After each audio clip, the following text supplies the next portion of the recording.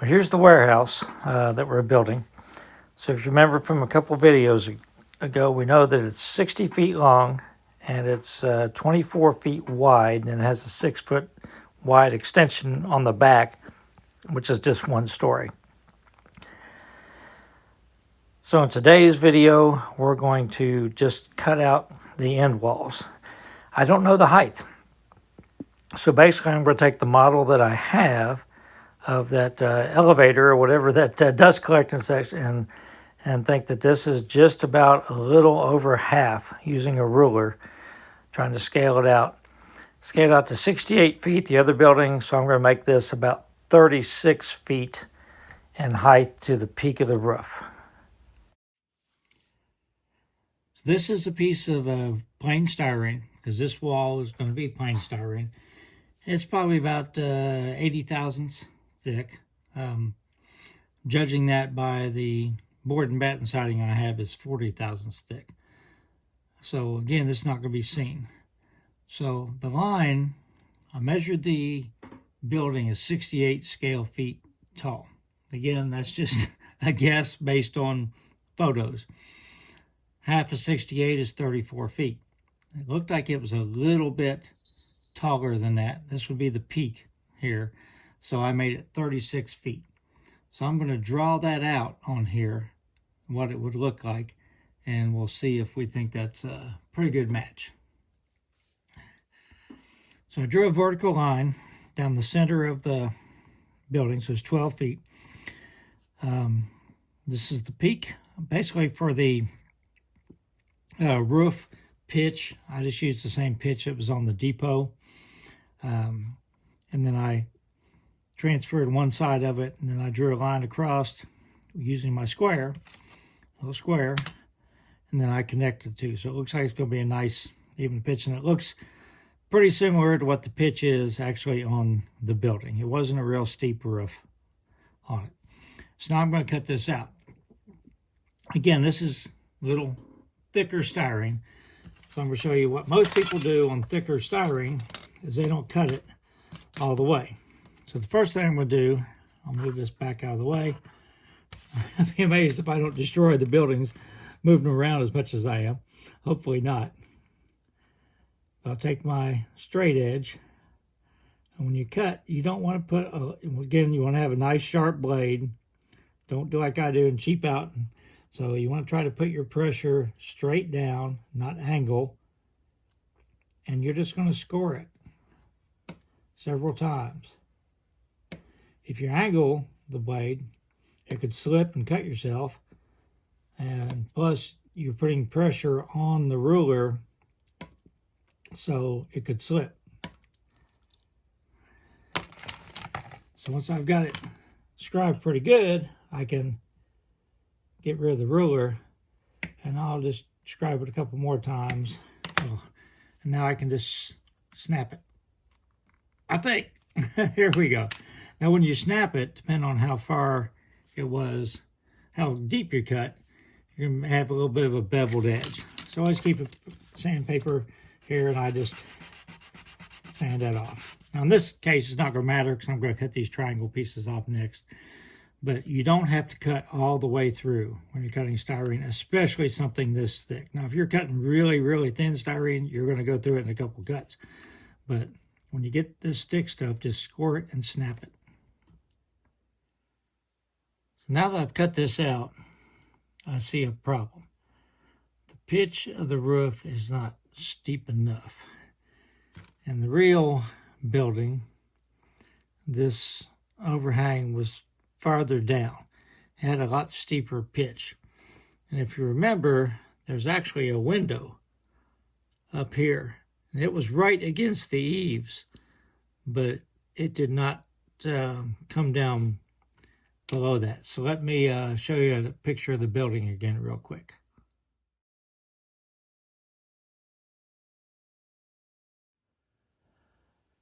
So this is the window that I'm going to use.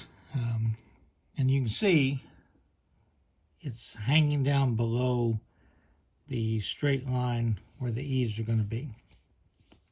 So I need to make the roof pitch a little bit steeper. And going back and looking at the picture, I think it is actually a little bit steeper than this. So let me make those cuts, and then we will see what that looks like. So the line passing through the bottom part of the window is the original one, and the line now at the bottom of the window is how much I increase the pitch of the roof.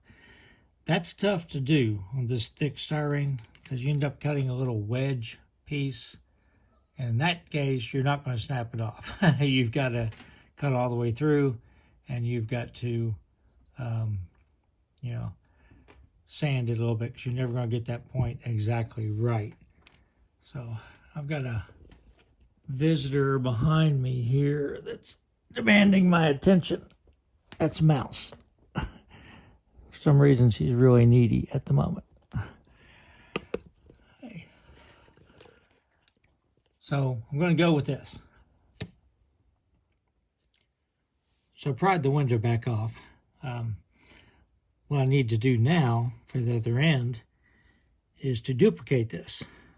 But if you remember, there's an overhang on the other end. So let me show you a picture of the building again to remind you of what the other end looks like. So here's the overhang. I think the best way to do this is just to build a full board and batten wall.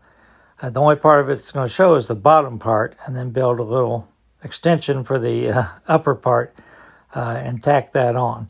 I think that would be the easiest way to do this anyhow. So that's what I'm going to do. So this is the board and batten siding I'm using. It's the smallest I could find. Now my friend measured the boards, and he said that they were 12 inches wide, at least on the depot. And that's about what this ends up to be, but that's most board and battens are not 12 inches between the battens. But anyhow, this is what I'm going to use. It's what I used for everything else on the model. So basically I need to duplicate this. This is my board and batten siding underneath it. So what I could do is I could just lay it on here and try to keep it pretty straight, and that looks pretty good. And I could trace around it with a pencil and cut it out. Problem with that is it's automatically going to be too big because of the thickness of the pencil, and it just isn't very good. If you get this off by just a hair, it's going to be wrong. So I'll show you what I like to do, make it a little bit easier to make an exact duplicate. So I've shown you this magnetic jig that I use. So I've got my board and batten siding in there. You can see where I, drew around it.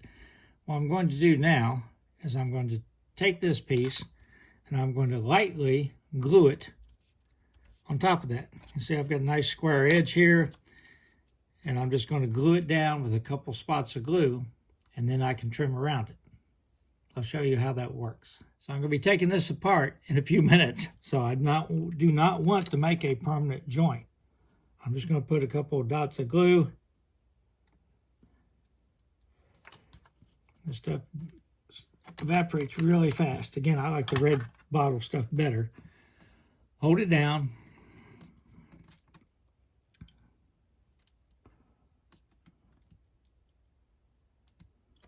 Probably good enough. I can take this, set that aside.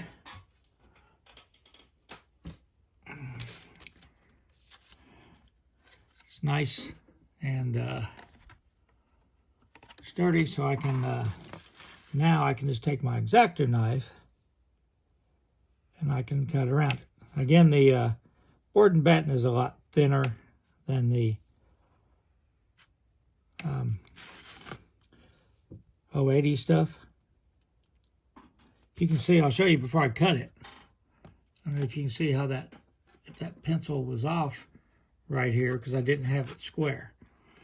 Now it's going to be an exact duplicate.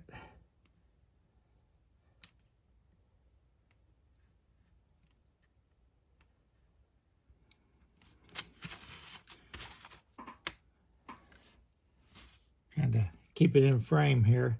That's the challenge. I don't know how Boomer does it. You can always sort of see what he's doing.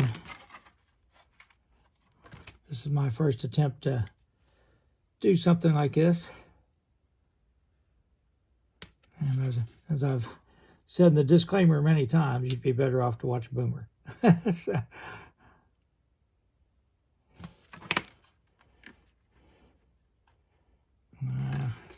not wanting to, I don't think I've got it cut right there yet.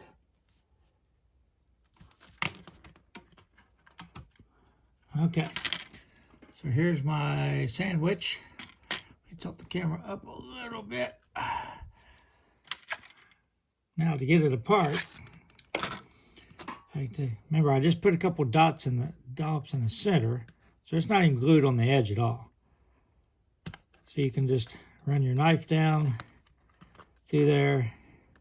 Probably better if you had an old dull knife than the sharp knife you're using.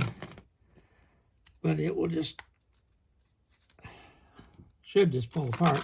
Let me get my square. There we go. That's not going to be seen. I can sand it off. And there's the other part, other wall. So now I have an exact duplicate. Well, if I do it the right way, I have an exact duplicate. So at this point, I'm going to end the video here. And in the next video, we are going to lay out the side walls. So we can actually put the structure together. So everybody stay safe.